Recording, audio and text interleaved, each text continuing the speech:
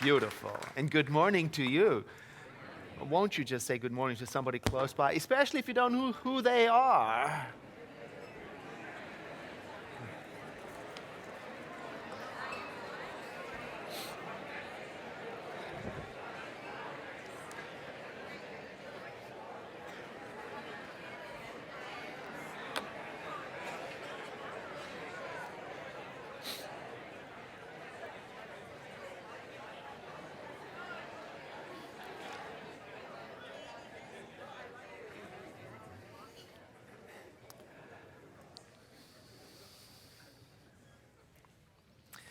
Our topic this morning is consciousness creates reality. And the consciousness we're talking about in that phrase is the creative principle that some call God, or some call the divine mind, or spirit, or whatever you call it. And the topic comes from a statement in our teaching that goes like this. We believe that the manifest universe is the body of God. Now, the phrase the manifest universe is just another way of saying everything. Everything that appears, everything that is substantial, or everything that has form. So everything that you can see, everything that you can touch, everything that you can feel, everything that you can smell, everything that you can walk on. Everything that you can eat, everything that you can relate to, that you can love, that you can make, that you can destroy. Everything that you can grow, everything that you breathe, everything that you can drink, everything that you can dance with, everything that you can hate, and everything that you can discriminate against, everything that you can embrace, everything. Everything that is the appearing world, the physical world, is the body of this creative principle that some call God. It's a poetic idea. It's an idea that helps us remember the first principle of our teaching here at the Center for Spiritual Living, which is oneness. It's an idea that can help us to remember that to care for this earth that we're standing on, and to care for all of the beings that inhabit it, and to care for each other is a way of showing up for what we say we believe. There's a site, workingwithoneness.org, that says it quite beautifully. Life is nested within life.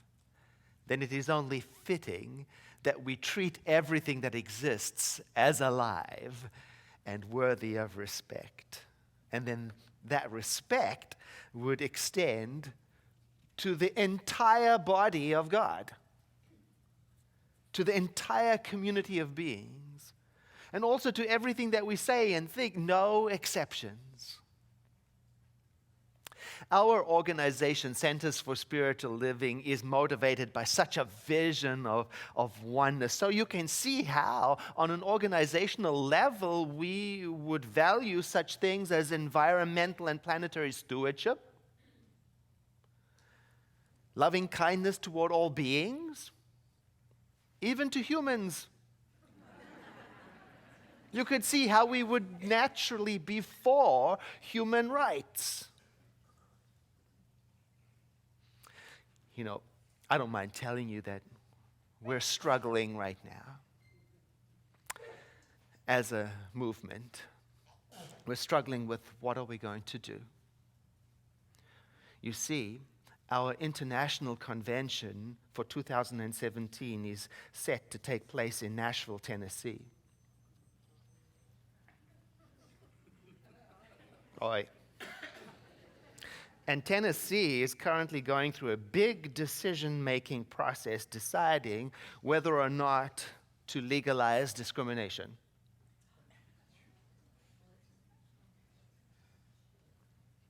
And we're asking ourselves the big question as an organization, can we really go there as an international organization that has the bold vision of a world that works for everyone when the very state that our international convention is going to take place is possibly deciding to legalize discrimination against the very people we say we embrace?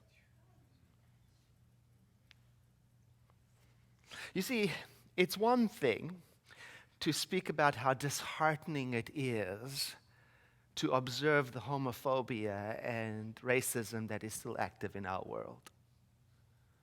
Because it is still active. Right here in our own county. Why, just the other day, I was on my bicycle doing a solo little ride, because a whole group of us are riding from San Francisco to Los Angeles to raise money for AIDS foundations to provide the support that there is no funding for. And thank you very much. Come and visit us in the social hall and see our great team gear. It's really nice. It's got the Global Vision statement on it. Anyway, so I was wearing my piece of gear saying riding towards a world without AIDS or something like that on the back. And do you know, a motorist drove past me and yelled at me with a phrase that is too ugly for me to repeat here. Now, it's one thing to talk about how disheartening that is. But it's an altogether different thing when an organization says it stands for the rights of all, including lesbians and gays and transgender people and so on, and then holds its organizational convention in a state that seems to be on the verge of making it legal to discriminate against the very people it says it honors. So our International Leadership Council is consulting with human rights leaders in Tennessee and watching the news so that we can make a decision in this coming week about what will we do. See, there's the question. What is a person to do? What would you do as a person who embraces the oneness of all creation?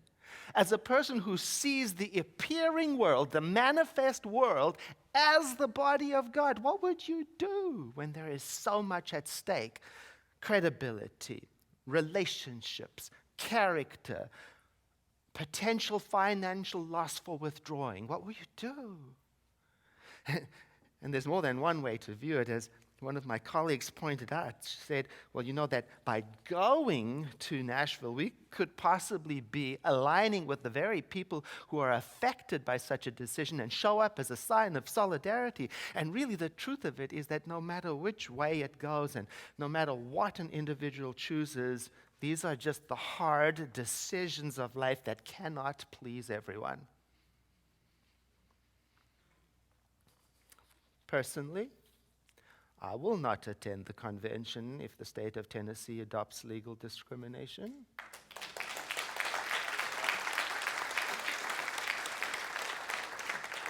Because that would affect too many people I love, right here in our very own center. It's a personal decision. It's a personal choice, and I won't hold it against anyone else for making a different choice.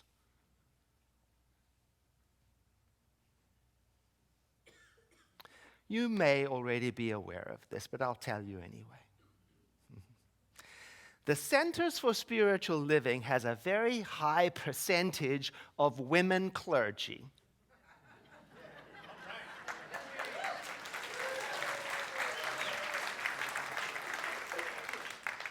And also of gay and lesbian and transgender leadership members and friends.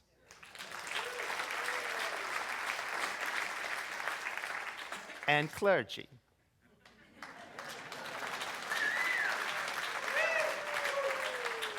Possibly because there was a time not so very long ago when very few faith traditions would take them. Now, I don't mean simply tolerate them as a sign of graciousness. No, take them. Love them, embrace them, and honor them as the body of God, as the manifest body of the divine mind. But we did. How could we not? how else could we possibly interpret the first principle of our teaching? Oneness.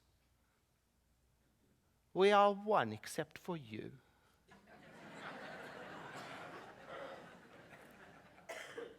You are an abomination. We are one.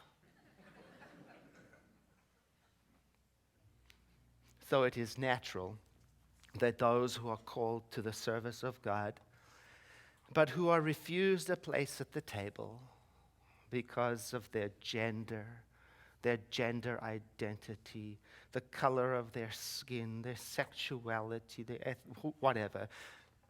It is natural that they would make their home in a faith tradition where those labels don't matter, where the only measure of their words and their deeds is the love they leave behind when they're done. Those are the lyrics of Reverend Fred Small's song, The Unity Minister, Everything Possible. It goes like this. Some girls grow up strong and bold. Some boys are quiet and kind. Some race on ahead, some follow behind, some go in their own way and time. Some women love women and some men love men. Some raise children and some never do. You can dream all the day, never reaching the end of everything possible for you. So don't be rattled by names, by taunts or games, but seek out Spirit's truth. If you give your friends the best part of yourself, they will give the same back to you. You can be anybody you want to be. You can love whomever you choose. You can travel any country where your heart leads, and know I will love you still. You can live by yourself. You can gather friends around. You can choose one special one. And the only measure of your words and your deeds will be the love you leave behind when you're done. Just as I was getting all settled into my position, a colleague challenged me and said, well, you know, Edward, you can find injustice anywhere you look. You just have to look out the window. What are you going to do? So what are you going to do, Edward? Are you going to moderate your participation in the world? Are you going to restrict your movement around the planet until you find a place where everyone behaves just the way you want them to? Oh, good point.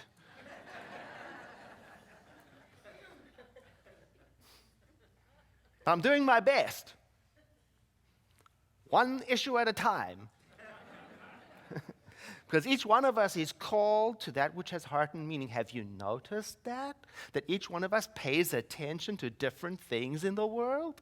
And it has something to do with what is alive in a person? And when we don't pay attention to even that, that's when we live less powerfully than we might. My friend and colleague, Dr. David Alt, he reminded me of a passage that's in A Course in Miracles that says, love brings up everything unlike itself.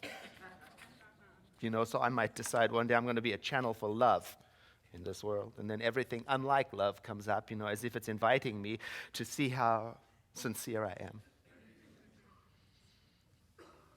To really practice love, no matter how justified I may feel about withholding it from certain people. Whew. I was just sharing with the students of the Beyond Limits class that just completed last week about a time when I was a new ministerial student. I was an intern at a Center for Spiritual Living. And the senior minister at the time enrolled all of us to pray together for the prosperity of the center. And so we did. Eager ministerial students, and joined our consciousness for the highest good. And we were horrified when it was discovered that somebody was embezzling funds. And we went to the ministers, how is it possible with such high-minded spiritual beings as us praying for prosperity? It seems the opposite. And she was so good. She said, don't you see how that had to come to light for our prayers to be answered? that had to be revealed. Never thought of it that way. So here's how it might work for you and me. We take on and embrace the idea of oneness. And it's reasonable to expect that someone who embraces the oneness of all creation would live a life that leans towards living in harmony with the planet upon which they walk. It's reasonable to expect such a person who would spend time developing meaningful relationships with other people and other beings that's filled up with grace and compassion and acceptance. It's reasonable to expect such a person would develop mindfulness practices that helps them stay connected with the awe and wonder of being in this world. It's reasonable to expect that such a person would take a stand for equality and inclusion and would advocate for love and forgiveness and would say yes to a bold vision of a world that works for everyone. And it is reasonable that everything unlike that vision would rise up and challenge us with the question, how sincere are you about this oneness thing? Nobody made you choose it. You did it. What you gonna do now? And you know, it doesn't matter what anybody else notices or pays attention to. When it rises up, if we see it, it's for us. If I see it, it's for me. Oh, embrace a world that works for everyone and watch what rises up for you to wrestle with. Watch how you're going to have to wrestle with decisions that won't please everyone. We won't be excused from having to really apply oneness to our lives just because we say we're spiritual. You see, we do have a vision of a world that works for everyone, but that vision doesn't tell us how to get there. It just points to it. There it is, boys and girls. Now what you gonna do? How are you going to show up? What will you do now that you have embraced the idea that the manifest universe is the body of God? What you going to do?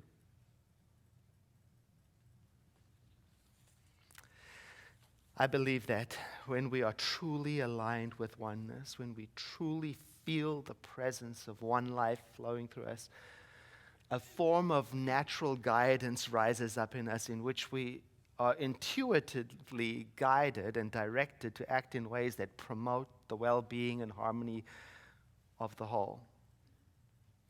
I believe that when we are truly centered in oneness, that we intuitively understand what is healthy and what is not healthy, what works and what doesn't work, what is just and what is not just, and what is good, not only for me personally, but on the more complicated level, for all. I believe that when we are truly aligned with oneness, we no longer see ourselves as isolated entities. And our empathy no longer stops with our family, with our gender, with our race or nation, or with those people who are most like us. So how do we align with and harmonize with this oneness? Well, by coming back to it every day, over and over again, using whatever strategy you have at your disposal, prayer, meditation, affirmation, acts of selfless service, everything. Remember that song that Chris just sang? This day I awoke with a passion in my heart, a feeling of longing, a thirst so strong, I want to be better, an opening for God to make me stronger. Oh, if you take on a bold vision for your life, as bold as a world that works for everyone, you will wake up with a passion in your heart. My prayer today is for courage to be what the Holy Spirit intends for me. I want to be better and opening for God to make me stronger. Make me patient when I worry. Make me calm when there is strife. Make me loving when my heart is hard. Make me forgiving when I would be right. Oh, take on a bold vision for your life, as bold as that, and see what it does to you. Here are additional phrases from our global vision to consider taking in. We see a world in which unity and connection is emphasized. We see a world in which spiritual guidance is valued. We see a world where we are called to conscious social action.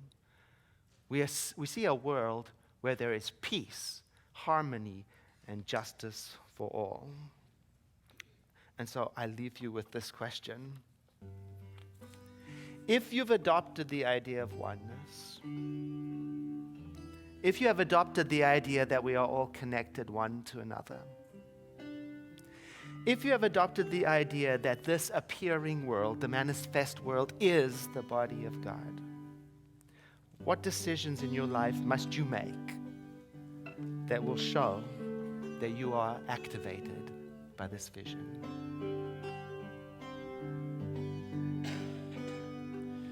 You can be anybody that you want to be. You can love whomever you will. You can travel any country where your heart leads, and know I will love you still. You can live by yourself. You can gather friends around. You can choose that special one, and the only measure of your words and your deeds will be the love you leave behind when you're gone. Some girls grow up strong and bold. Some boys are quiet and kind. Some race on ahead and some follow behind, and some go in their own way and time. Some women love women, some men love men, some raise children and some never do. You can dream all the day, never reaching the end of everything possible for you. Don't be rattled by names, by taunts or games, but seek out spirits true. If you give your friends the best part of yourself, they will give the same back to you. You can be anybody that you want to be. You can love whomever you will. You can travel any country where your heart leads, and know I will love you still. You can live by yourself. You can gather friends around. You can choose that special one, and the only measure of your words and your deeds will be the love you leave behind when you're gone. Will be the love you leave behind when you're gone.